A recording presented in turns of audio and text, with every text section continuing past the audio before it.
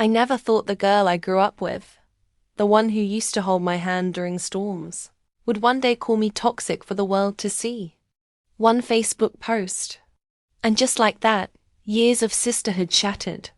This is how my sister went from my closest friend to a stranger behind a block button. I never thought a few lines on Facebook could shatter me like this. Scrolling through my feed that morning was supposed to be a way to distract myself. A few memes, some cooking videos, maybe an update from an old friend. But then, there it was. My sister's name.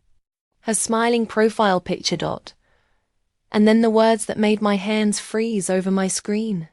Finally blocking my toxic sister. Family is better without her. I read it once, twice. A third time my stomach twisted. My heart started beating so loudly I could hear it in my ears. For a second, I hoped it was some inside joke, some metaphor, something I'd missed. But the comments below confirmed it. Friends chimed in. Good for you, girl. You don't need negativity in your life. Family can be the most toxic sometimes. She liked every single comment. I stared at the post, my throat tightening. This was my sister. My blood. The girl I'd shared a bedroom with for over a decade. The person I'd defended in school fights, cried with during heartbreaks, laughed with until we both had cramps. And now, I was just toxic in a Facebook post. I didn't cry immediately. Strangely, I laughed a broken, shaky laugh that sounded more like a gasp. Then I felt it. The heat behind my eyes. The lump in my throat. My vision blurred. I dropped the phone on my bed, sat down on the floor, and finally, the tears came. We weren't always like this. In fact, if you'd seen us as kids, you'd think we'd grow up to be inseparable. She was 2 years younger than me, shy, always hiding behind my shoulder when meeting new people. I was the protective big sister bossy sometimes, but loving. I'd hold her hand crossing the street, share my snacks, cover for her when she broke something at home. Our childhood was messy but warm. Our parents argued a lot, but we stuck together like a little team. I still remember one night during a storm.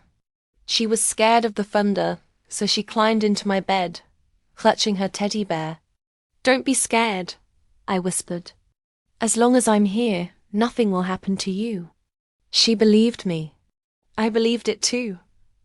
We invented imaginary worlds together, built forts, planned our futures.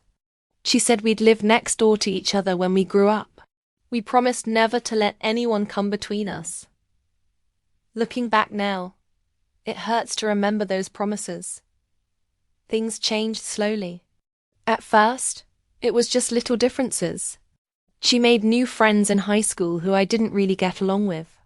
I became more independent, focusing on studies and part-time jobs. She wanted to go out more, to live freely, and sometimes I was too critical, too protective. She started calling me controlling. I started thinking she was reckless. We argued more about her staying out late, about me judging her choices. Neither of us really listened. We both wanted to be heard but weren't ready to understand. By the time I left for college, the distance between us wasn't just physical. Phone calls became rare. When we did talk, they often ended in misunderstandings. Still, deep down, I thought this was just a phase. Sisters fight. Sisters drift. But sisters always find their way back, right? It was during our mother's illness that things truly fractured. She was diagnosed with a serious condition, and the whole family was under stress. I moved back home to help. My sister didn't, at least, not at first. She had just started a new job, a new relationship. She said she'd visit on weekends. I was angry. I felt abandoned. When she did come home, tensions were high. I was exhausted, caring for Mom, managing the bills, my job. She'd breeze in with flowers and hugs, and Mom would light up. Meanwhile, I was the one staying up at 3 a.m. holding a basin for Mum's nausea. or fighting with insurance. I snapped one evening. I accused her of being selfish. She shot back that I was acting like a martyr, that I made everything about me. Those words cut deep. And my words probably cut her too. Mom cried that night. We both hated ourselves for hurting her, but neither of us apologized. Pride was already building walls between us. The real explosion happened a year later, at a family gathering. Our uncle's birthday party. A few drinks. Old resentments. A careless comment. She joked about me always needing to control everything. I laughed it off at first, but then someone else joined in, and suddenly the whole table was laughing.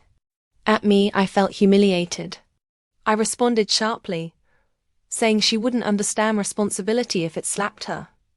The atmosphere froze. She stormed off. I followed. We shouted behind the house where no one could see. Years of built-up resentment came out like poison. She accused me of being jealous, bitter, impossible to talk to. I accused her of being immature, selfish, disrespectful. It ended with her saying, "Maybe we shouldn't talk anymore if all we do is hurt each other." I didn't stop her. Neither of us reached out after that night. Fast forward to the Facebook post. I didn't even know she'd already blocked me. That post was visible because someone else sent me a screenshot. By the time I went to check, her profile was gone from my friend list. I can't describe the kind of silence that comes from being cut off by someone who once shared your heartbeat under the same roof.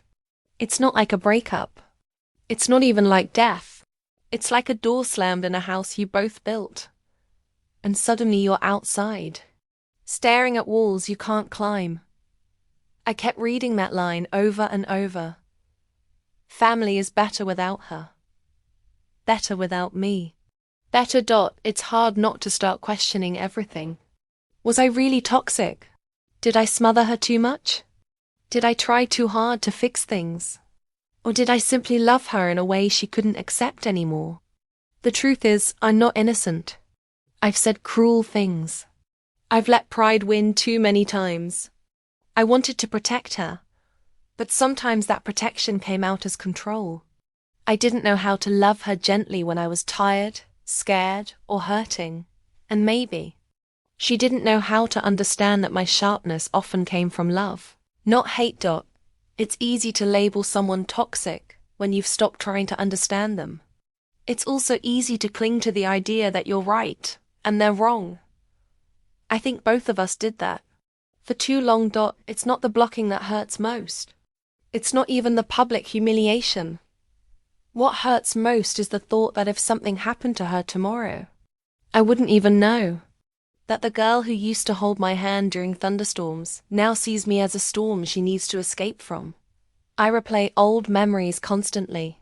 Our laughter, our shared secrets, the nights we whispered about dreams. It feels like watching a movie of someone else's life, except the ache in my chest reminds me it was mine. I don't know if we'll ever speak again. Maybe she's happier this way. Maybe I need to accept that love doesn't always mean closeness. But I also know this. I'll keep hoping. Quietly, not through Facebook posts. Not through dramatic gestures. Just quietly. Hope that someday she remembered the big sister who held her during storms. Hope that someday we'll sit down as adults and talk, not to win, not to blame, but to understand. Until then, I carry both the guilt and the love. Because even if she blocks me from her life, she'll always be my sister. Asterisk. The Facebook post eventually disappeared.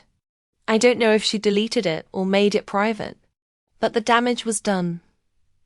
Still, late at night, when everything is quiet, I whisper a small prayer. Please let her be okay. Please let there be a way back. Sometimes, love doesn't end with fireworks. Sometimes it ends in silence, with two sisters on opposite sides of a wall, neither knows how to climb. And sometimes, that silence is the loudest pain of all.